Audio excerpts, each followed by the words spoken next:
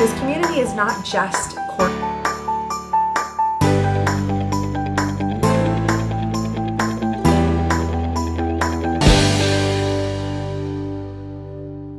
Hey everybody, it's me, Coach Rebecca, and I am really excited. Like here we are, it's competition season is in full swing for some of you optional gymnasts out there. Some of you have already had a practice meet or two and are getting ready for maybe your first one this weekend. I know lots of kids who are really excited and lots of kids who are freaking out. So today I want to talk to you about how to switch on the mindset of a champion. Now, I don't mean go train your mind and sit at a Buddhist monastery for the next 6 months and then eventually you'll get there. No, I'm talking about tiny little adjustments that you can make to your mindset, the way you see the world, the way you see yourself in your training, that can instantly make your mind more ready to get out there and do some amazing things this year. So I'm going to give you some quick tips today, and then I have an announcement at the end. So stick around. This is going to be quick. I know you're busy. But so first I want to talk about what separates the best athletes from the top athletes, okay? Like the elite gymnast versus the Olympic gold medalist gymnast. Now, what I mean by that is there are so many great athletes. There is so much talent. There is so much hard work out there. There are some seriously great athletes in this world, and you or your athlete might be one of them. But the difference is what happens between the ears on competition day. Because it doesn't matter how physically prepared you are, if your mind isn't on board for success, you have inconsistencies. You see this in the best of the best. And there's a quote that's been attributed to Mark Spitz, who's an Olympic swimmer. And I think there's been like a bunch of other athletes who have said this quote. But they say that in training and practice, gymnastics is 90% physical, 10% mental, or swimming. 90% physical, 10% mental. Okay, I would agree to differ with that with gymnastics because it's extremely mental all the time. But then when you get into competition, it's 10% physical, 90% mental. Now there isn't research to back this up, but I believe that that's the case, that you're in there training your body, you are building your muscle memory, you are working hard, you're executing incredible amounts of effort to train your body for competition. When you show up at competition, you're no longer learning anything new. You're not putting that massive amount of effort out like you do when you're conditioning or when you're doing lots and lots of reps. You go out and you compete for 4 minutes. And what really makes or breaks it is what's happening in your mind. So I always think back to Aly Raisman and Simone Biles and Gabby Douglas, that incredible team of gymnasts that walked out at the Rio Olympics in 2016. There was an interview done with those girls after, those women, and they said, we had already won. Each of them, we had already won. We were already world champions. Now, I don't mean that they had previously won, which yes, they had, but they already knew when they set foot on that competition floor in Rio, we are the world champions. There was no doubt. There was unshakable self-belief. That's another thing that's common among world-class athletes. They have unshakable self-belief. They do not doubt themselves. They don't go out there and wonder if they're going to make it. They don't wonder if they're going to fall. They don't worry about making mistakes. They are going to do what they are prepared to do. Unshakable self-confidence. So those little shifts in the way that you look at it make all the difference. So here I'm going to give you 3 tips that can immediately shift your mindset to get you a little bit closer to that, Aly Raisman mindset. Number 1, embrace the challenge. Now, this is one of the quickest things you can do to get into a more competitive mindset. If you're thinking, I'm so nervous, there's so much pressure, oh my gosh, I hope I qualify, my old coach is going to be there, whatever, insert reason for pressure here.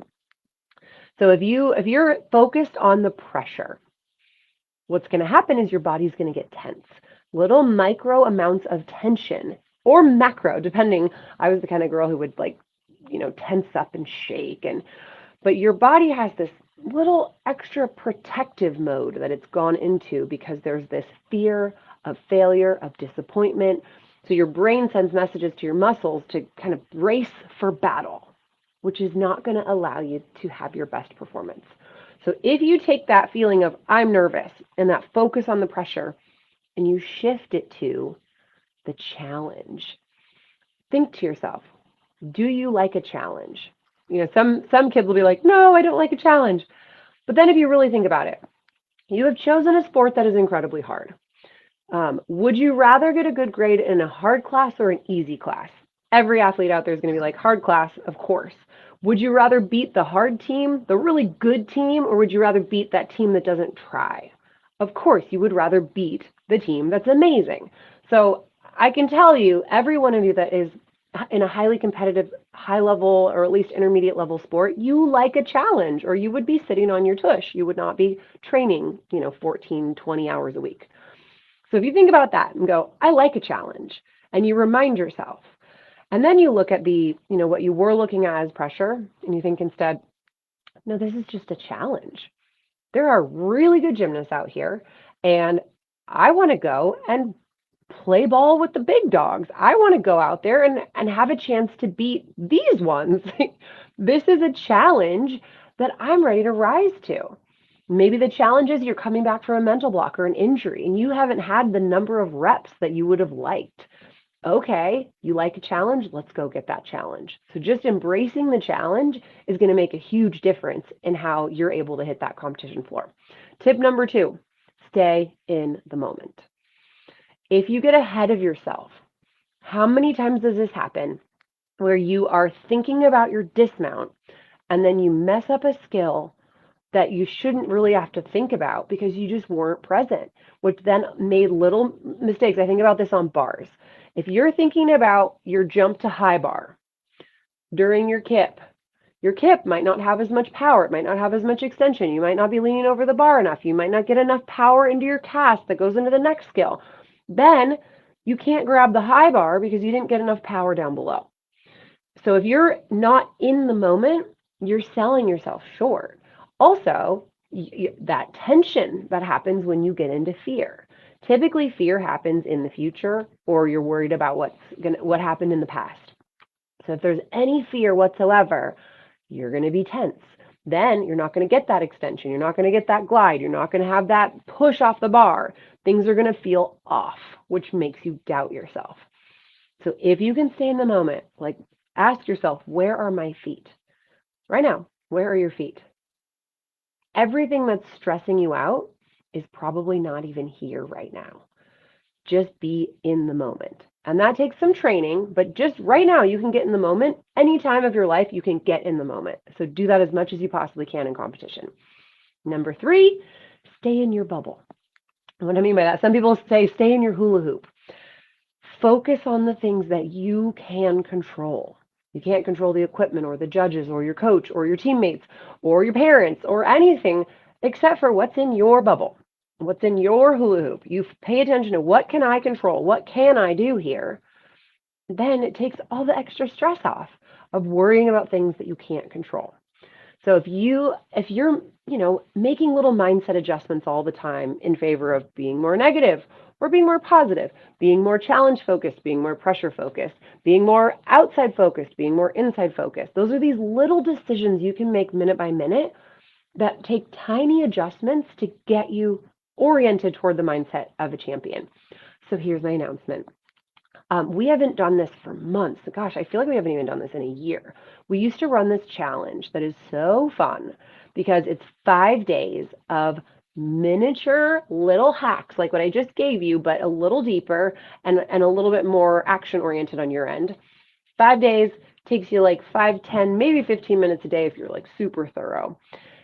And then you get to end the week feeling on fire and ready to compete. So if you would like a little boost of confidence, if you have a little like something you're trying to push through, a goal you're trying to reach, or if you just want to have a great season, I strongly encourage you to sign up for our free challenge. You can go right now to completeperformancecoaching.com/challenge, sign up, And tell your bestie, tell your athlete bestie, your sport mom bestie, get everybody signed up and do this together. And there are huge prizes. So the grand prize is a $500 cash prize. Everybody can use $500 after Christmas. But we're also giving away hoodies and water bottles. Part of our Perform Happy program, our Superhero Confidence Challenge, we're going to give away. So we have lots of fun. Last time we had, I want to say like 600 people signed up. So I would love to have that many people showing up, getting this year started right. So I hope you'll join us. We'll see you soon. Bye.